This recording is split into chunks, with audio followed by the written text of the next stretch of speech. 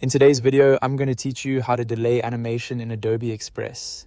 To get started, open your project in Adobe Express so you can work directly on the design or scene where your animation is already applied. This method is especially useful when you want an element to appear a little later instead of starting right away, which can help your project feel more polished and easier to follow. Once your project is open, look at the bottom left of the preview window and click Edit Timeline. This is the area that gives you more precise control over when elements appear and how long they stay on screen.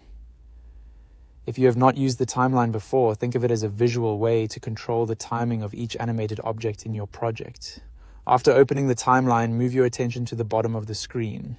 Here you will see timeline bars for the elements in your design. Find the timeline bar for the animated element you want to adjust. Make sure you are selecting the correct one, especially if your project has multiple layers or animated items. Taking a second to confirm this will help you avoid changing the wrong element. If you also want to adjust how long the animation lasts, hover over either end of that timeline bar. When your cursor is in the right place, drag inward to shorten the duration or drag outward to lengthen it. Shortening the bar will make the animated element stay active for less time, while extending it will keep it visible or animated for longer.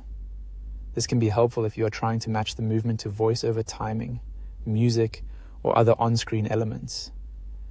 Now, to actually delay the animation, click and drag the entire timeline bar to the right.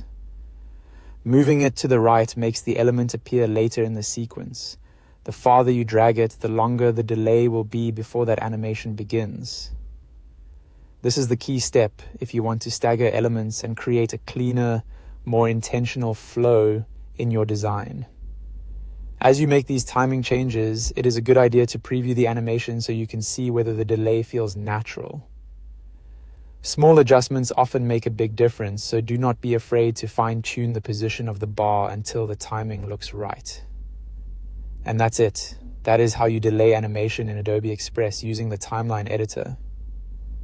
Once you know where to click and how to move the timeline bar, it becomes a quick and easy way to control exactly when your animated elements appear.